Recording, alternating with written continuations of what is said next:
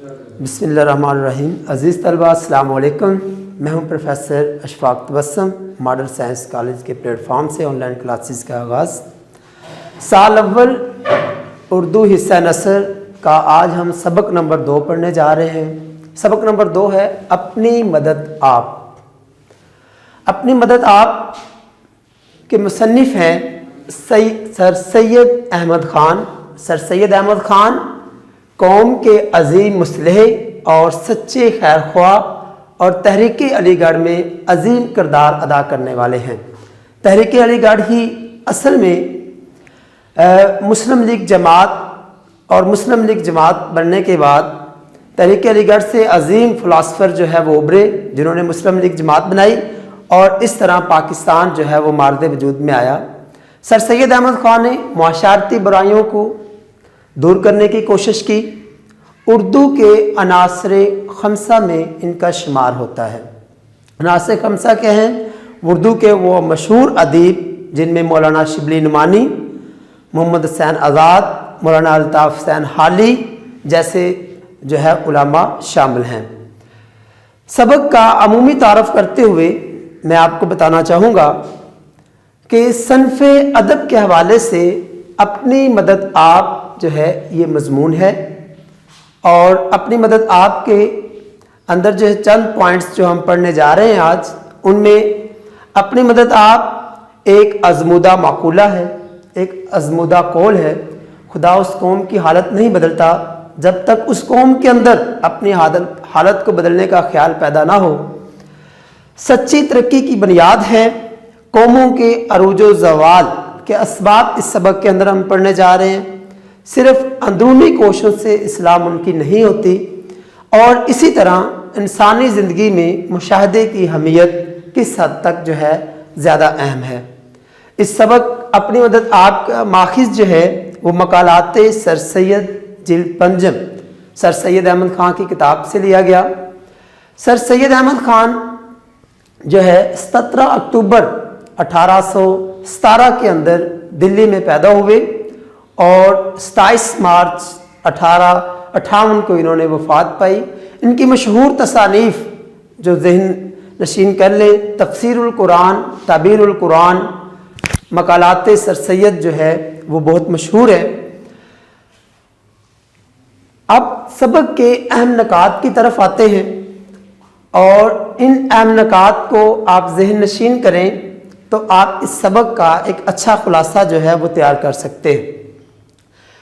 ایک عمدہ اور ازمودہ معقولہ، معقولہ مراد قول۔ کیا قول ہے؟ دیکھیں، خدا ان کی مدد کرتا ہے جو آپ اپنی مدد کرتے ہیں، کیونکہ ایک مشہور شاعر کا ایک شعر ہے کہ خدا نے آج تک اس قوم کی حالت نہیں بدلی، نہ ہو جس کو خیال اپنی حالت کے بدلنے کا۔ جس قوم کو اپنی حالت کا بدلنے کا خیال نہیں ہے، جس شخص کے اندر کوشش اور ہمت کرنا جو ہے اس کے اندر موجود نہیں ہے، تو وہ اپنی حالت کو کبھی نہیں بدل سکتا۔ اسی لیے یہ قول ایک مشہور قول ہے جو سر سید احمد خان نے بیان کیا۔ سر سید احمد خان کہتے ہیں کہ ایک چھوٹے سے فکرے میں انسانوں کا اور قوموں کا اور نسلوں کا تجربہ جو ہے وہ جمع ہے۔ اسی لیے وہ کہتے ہیں کہ ایک شخص بھی اپنی مدد کرنے کا جوش اس کی سچی ترقی کی بنیاد ہے، اور جب کہ یہ جوش بہت سے شخصوں میں پایا جائے تو وہ قومی ترقی اور قومی طاقت اور قومی مضبوطی کی جڑ بن سکتا ہے۔ اسی لیے کہا جا سکتا ہے کہ دوسرا پوائنٹ دیکھیں تو اہم حصول فطرت، یہ فطرت کا بھی کہتا ہے، کائنات بھی ہمیں یہ کہتی ہے کہ جیسی قوم ہوگی ویسے اس کے اوپر حکمران جو ہے وہ مسلط ہوں گے۔ اس لیے کہتے ہیں کہ ایک نیچر کا قاعدہ ہے کہ جیسا مجموعہ قوم کی چال چلن کا ہوتا ہے، یقیناً اس کے موافق اس کے قانون اور اس کے مناسب حال گورنمنٹ ہوتی ہے۔ جس طرح کہ پانی خود اپنی پنسال میں آ جاتا ہے، اسی طرح عمدہ رعایا پر عمدہ حکومت ہوگی، اور جاہل اور اکڑ رعایا پر جو ہے جاہل حکومت ہی ہوگی۔ اس لیے افراد کا مجموعہ قوم ہے۔ اگر بہت سے لوگ مل کر محنت اور لگن سے اپنے ملک کی کامیابی کے لیے، اپنے ملک کی ترقی کے لیے کام کریں گے تو وہ ملک جو ہے وہ ترقی کی راہ پر جو ہے وہ گامزن ہوگا۔ اگر ہر انسان یہ سوچنے پر مجبور ہو جائے کہ جو کچھ دنیا کا مال ہے وہ سب میں اکٹھا کر لوں، تو پھر وہ قومیں، وہ ملک جو ہے وہ ترقی نہیں کرتے۔ اس لیے قوم کی سچی خیر خواہی، اگر آپ کے دل کے اندر قوم کی سچی خیر خواہی ہے، آپ چاہتے ہیں کہ آپ کا ملک جو ہے وہ ترقی کرے اور آپ دنیا میں ایک اچھی قوم ابھرے اور دنیا میں اپنا نام پیدا کریں، تو آپ کو اپنے ملک کے ساتھ جو ہے وہ مخلص ہونا پڑے گا، سچا ہونا پڑے گا۔ اسی لیے کہتے ہیں کہ تمام تجربوں سے یہ بات ثابت ہو چکی ہے کہ ملک کی خوبی عمدگی اور قدر و منزلت بنسبت وہاں کی گورنمنٹ کے عمدہ ہونے سے زیادہ بہتر وہاں کے عام لوگوں کا عمدہ ہونا ہے۔ سبق کا پیراگراف نمبر 4 ہم پڑھتے ہوئے کہ صرف اندرونی کوششوں سے اصلاح ممکن نہیں ہے، کہ آپ کہیں کہ صرف آپ کے اندر جو ہے، جو آپ کے اندر سے جب تک آواز پیدا نہیں ہوگی کہ آپ نے محنت کرنی ہے اور آپ نے اپنا نام دنیا میں پیدا کرنا ہے، جب تک اندر سے آواز پیدا نہیں ہوگی اس وقت تک آپ ترقی نہیں کر سکتے۔ مشہور ایک کہانی ہے کہ 2 دوست جو ہے وہ جنگل میں جاتے ہیں، ایک دوست کی عمر جو ہے وہ 6 سال ہے، ایک دوست کی عمر جو ہے وہ 12 سال ہے۔ تو 6 سال کا دوست جو ہے وہ باہر جو ہے وہ جنگل میں باہر گھوم پھر رہا ہوتا ہے، 12 سال کا جو اس کا دوست ہے وہ جنگل میں ایک ندی سے پانی بھرنے کے لیے جاتا ہے اور اس ندی میں گر جاتا ہے۔ تو 6 سال کا بچہ جب اپنے اندر اس بات کو پیدا کر لیتا ہے کہ میں نے اس 12 سال کے بچے کو ندی سے نکالنا ہے، تو 6 سال کا بچہ 12 سال کے بچے کو ندی سے نکال لیتا ہے۔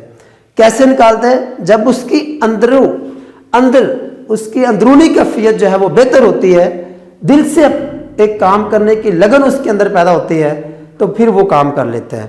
اسی طرح اصل غلام کی پہچان، اصل غلام کون ہے؟ جو اپنے دل کے اندر خود غرضی رکھتا ہو، لالچ، حسد، بغض رکھتا ہو، تو وہ انسان اصل غلام ہے۔ اب دیکھیں ہم نے سبق کا جو ہے 1/2 پیج جو ہے وہ پڑھ لی ہے۔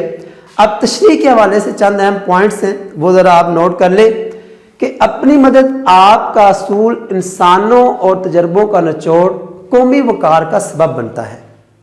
اسی لیے نیچر کا یہ قاعدہ ہے، عوام کے مناسب حال حکومت جیسی عوام ہوگی ویسے ہی اس کے اوپر حکمران ہوں گے۔ قومی ترقی کا گورنمنٹ کی بجائے عوام پر انحصار ہوتا ہے اور انسانی ترقی قومی ترقی کی وجہ بنتی ہے۔ اسی لیے شخصی محنت، شخصی ایمانداری اور شخصی ہمدردی قومی ترقی کا سبب بنتی ہے۔ شخصی چال چلن کی عمدگی ہی قوم کی سچی خیر خواہی کی وجہ بنتی ہے، اور اس لیے مصنف کہتے ہیں کہ اندرونی حالت درست کرنے سے ہی اصلاح ممکن ہے۔ اگر اپنے دل کو اندر سے درست کریں گے، محنت کی لگن اپنے اندر سے پیدا کریں گے، تو آپ اپنا نام جو ہے وہ دنیا میں پیدا کر سکتے ہیں۔ اس لیے بد اخلاقی، خود غرضی اور قومی ہمدردی سے بے پرواہ شخص ہی اصلی غلام ثابت ہوتا ہے۔ اس لیے ارشاد بارک تعالیٰ ہے، اللہ تعالیٰ نے اس قوم کی حالت کو نہیں بدلا جب تک وہ خود اپنے دل و دماغ میں انقلاب پیدا نہ کر لے۔ اس لیے شاعر نے کیا خوب کہا، افراد کے ہاتھوں میں ہے اقوام کی تقدیر، اور فرد ہے ملت کے مقدر کا ستارہ۔